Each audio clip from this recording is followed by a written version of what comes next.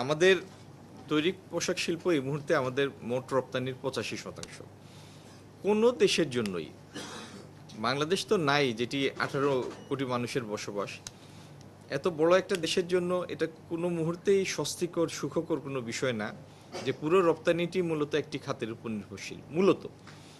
তো আমাদের বিশ্বাস আমরা কয়েকটি খাতকে অগ্রাধিকার দিচ্ছি, যেমন চামড়া, লেদার এবং ফুটওয়্যার, চামড়াজাত পণ্য, ship building, ship recycling, light engineering, এই খাতগুলির উপরে আইটি, এই খাতগুলির উপর আমরা প্রাধান্য দিচ্ছি এবং এগুলি নিয়ে আমরা কাজ করছি। সেই কাজের রিফ্লেকশন আপনারা কিছু দিনের মধ্যে দেখতে পারবেন যে খাতওয়ারি সুনির্দিষ্ট কী কী পদক্ষেপ নিচ্ছি আমরা এই সেক্টরগুলিকে রিভাইটালাইজ করার জন্য।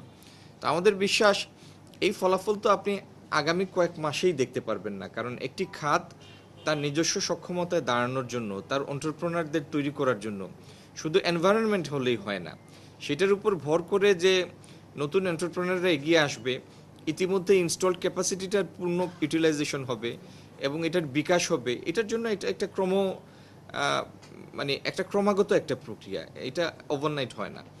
কিন্তু খাতভিত্তিক আমাদের সুনির্দিষ্ট পদক্ষেপগুলি আপনারা আগামী কিছুদিনের মধ্যে থেকে দেখতে শুরু করবেন ইনশাল্লাহ।